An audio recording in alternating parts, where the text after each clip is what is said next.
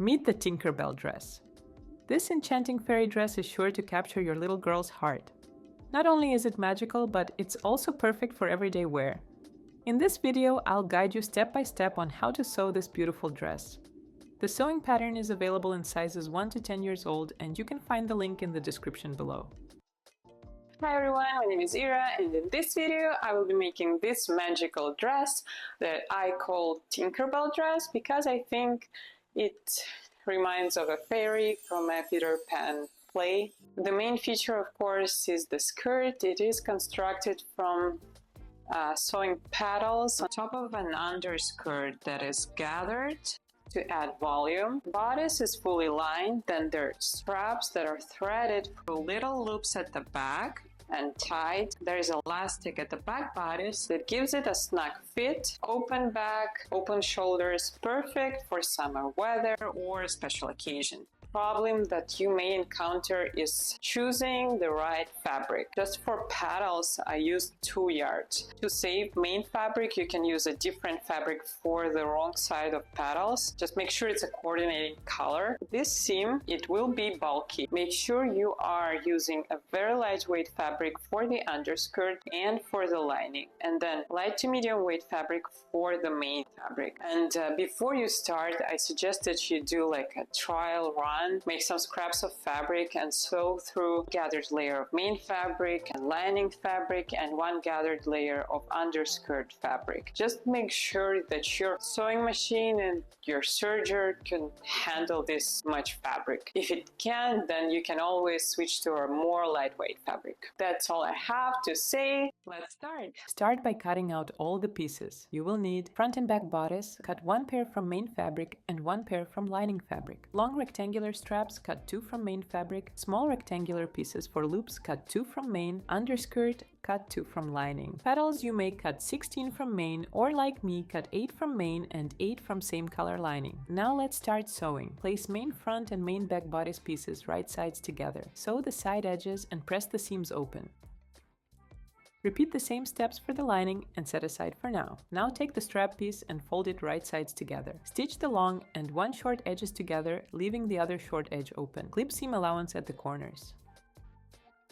Take something long and narrow like a chopstick or a pencil. Push it into the closed end through the tube of the fabric to the other side. Press with iron and repeat for the other strap. Next, take a loop piece. Fold the raw edges in towards the center and give it a press. Fold it in half lengthwise and give it another press.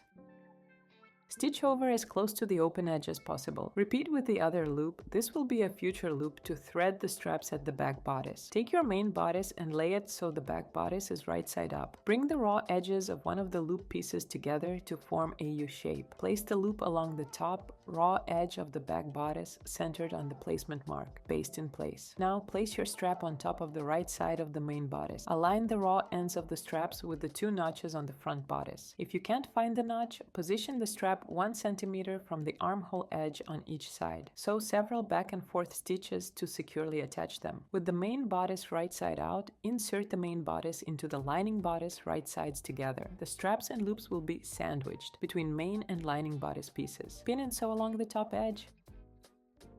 Clip the corners and trim the seam allowance. Snip into the seam allowance every 2 centimeters, getting very close but not cutting into the line of stitching. This will help the curve lay smoothly after turning. Turn right side out and press flat. At this point, I like to iron the lining a little bit more to the inside, ensuring it won't be visible from the outside. Top stitch all the way around the top as close to the edge as you can. Place the back bodice right side up. Measure down 4 centimeters from the top of the back waistband and draw a horizontal line across from side seam to side seam using a removable sewing marker or tailor's chalk. Sew along that horizontal line, backstitching at each end. This will create the casing for the back elastic. Cut a piece of 3 centimeters wide elastic according to the elastic requirement chart provided in the tutorial. Attach 1 safety pin to one end of the elastic, right outside the back waistband. Use the other safety pin to guide the elastic through the back waistband casing.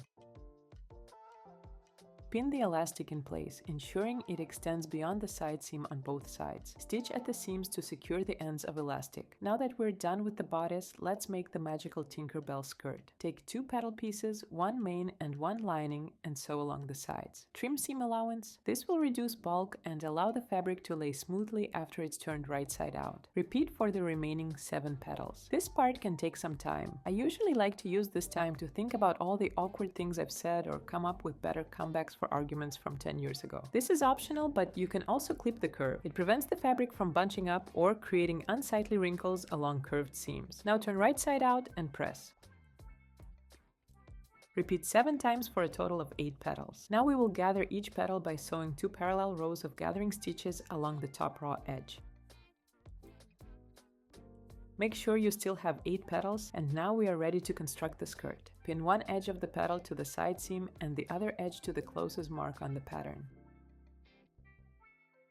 Gather the petal to the width between the marks on the pattern. Take the next petal and pin one edge to the same mark and the other edge to the center mark. Make sure your petals are close together but don't overlap. Continue all the way around the front and back bodice until you meet the first petal. Sew petals to the bodice. Set aside for now. Let's construct the underskirt. Sew the side seams and finish the raw edges. Finish off the hem of the skirt by sewing a double-folded hem. The underskirt will be lightly gathered to add volume. Sew 2 parallel rows of gathering stitches along the top. Turn the skirt wrong side out. Insert the bodice with petals into the underskirt, right sides together. Align at the side seams. Distribute gathers evenly. Sew skirt to the bodice and finish the seam. You may top stitch the seam allowance to the bodice for a neat finish. Now thread the ties through the loops at the back and tie a bow. And there you have it. I hope you've enjoyed sewing this magical dress. If you're an adventurous sewist and would like to be the first to try my new patterns free of charge, follow me on Instagram at @MadeEasily for pattern tester calls. I also give away a free pattern every month that you can download from my website. Simply click the link below to check out this month's free pattern. Thank you for joining me and happy sewing!